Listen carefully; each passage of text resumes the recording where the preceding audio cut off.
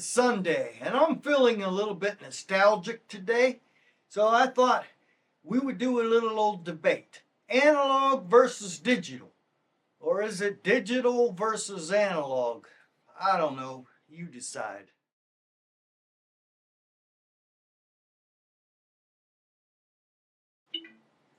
Good Lord.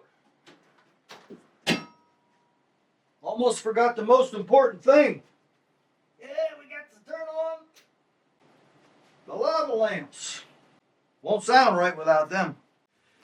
Hi, I'm Studio Hermit Ed, and welcome to my studio in 1979.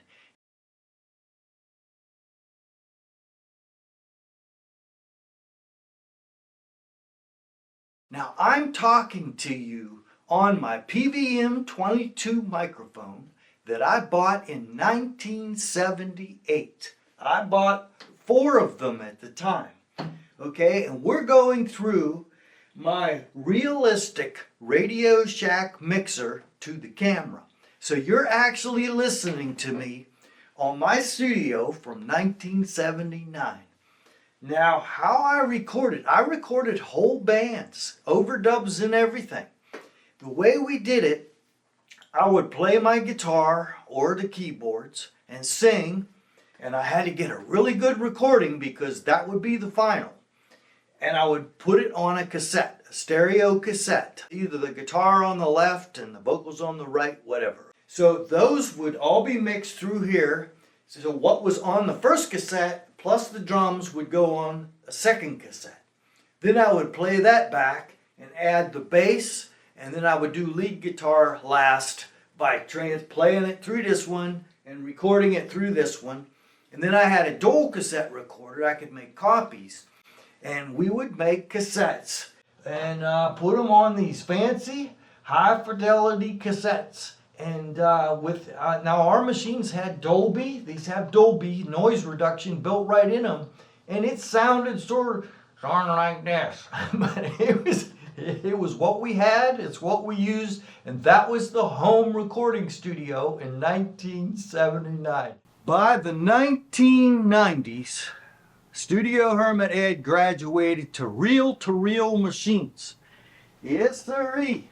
We were recording on half-inch tape to Tascam 4 tracks, and then we went to 8 tracks. Reel-to-reel machines sounded pretty good. I think when we first went digital, I felt like it was a step backwards, but later on, it caught up. By the year 2000, Studio Hermit Ed's studio was fully digital. That's right. 2 really smart guys in California, their names was Jobs and Wozniak, and they built me a G4 computer. It was an Apple, and my wife let me buy one. I mean, holy mackerel, people. You should have saw this thing. And by 2012, I had a multi-million-dollar studio in my box. Let me show you. This is a G5 that I have here. Check this out, huh? Woo, doggy, look at this here. Is that beautiful or what, huh? This is a G5 computer. Liquid cold, baby. And check this out in here. I've got 2 UAD cards. Okay, I've got one of the original UAD cards, the first ones built. In fact, it was made by Mackie at the time. Okay, and it allowed you to put DSP in your computer.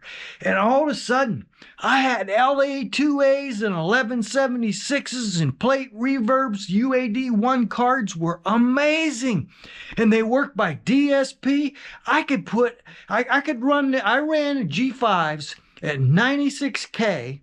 And I could put an LA2A on every channel, an 1176 on every channel. It was just absolute. I mean, I was in digital heaven. And that's how I recorded clear up until recently when I could afford things like this. Those were the days. Those were the good old days. Those Those were the days. Those were the good old days. Those were the days. Those were the good old days. Those were the days. Those were the good old days. I want to ask you a question. What motivates you? I remember when I was young, it was pretty easy. The first thing that motivated me was girls. Second thing was music. Now, to have either one of those things in my life, I had to have a lot of money, a lot, because girls took a lot of money. And back then, the guy paid for everything, by the way. I know it's different. And music took a lot of money. Take a look around, huh? This is where I ended up. I spent a lot of money in here. A good friend of mine used to say, follow the money trail. If you want to know anything about anything, start with the money. Analog versus digital. Where's the money at? Money has recently moved to digital because television, everything, you're mixing down digitally. You don't need a board like this. All you need is a really fast computer. You're good to go. So if I was teaching a young audio engineer today, first thing I would teach him is digital. Okay, and every plug-in known to man and what ones and zeros are going to do to your sound. Then I would make sure, though, they understood analog and a little bit about capacitors, a little bit about outboard gear, and microphones first, and then preamps. Those are all analog things, and that's how you get into the digital realm. So it's not analog versus digital or digital versus analog. It's both. You got to know both. You got to understand both.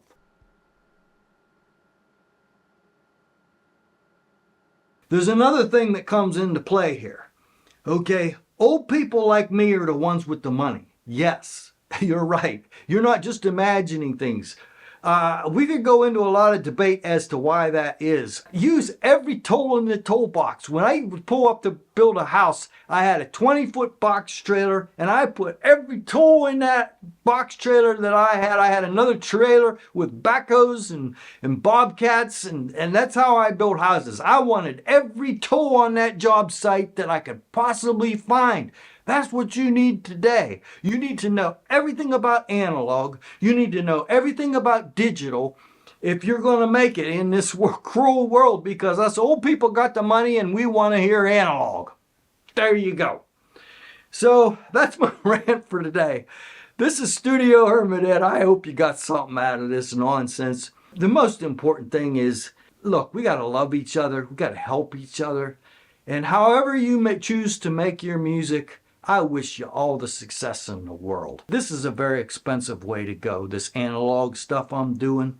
If you're making music, because all you can afford is a computer and a little interface, you may have more success than me. I hope you do. Digital or analog? No.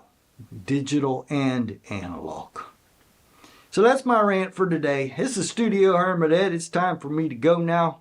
I got lots of things to do today. I hope you have a good day. Until next time, make sure and subscribe, because I'll miss you till I see you next time, and we'll see you later. Bye-bye. It's not digital or analog. It's both.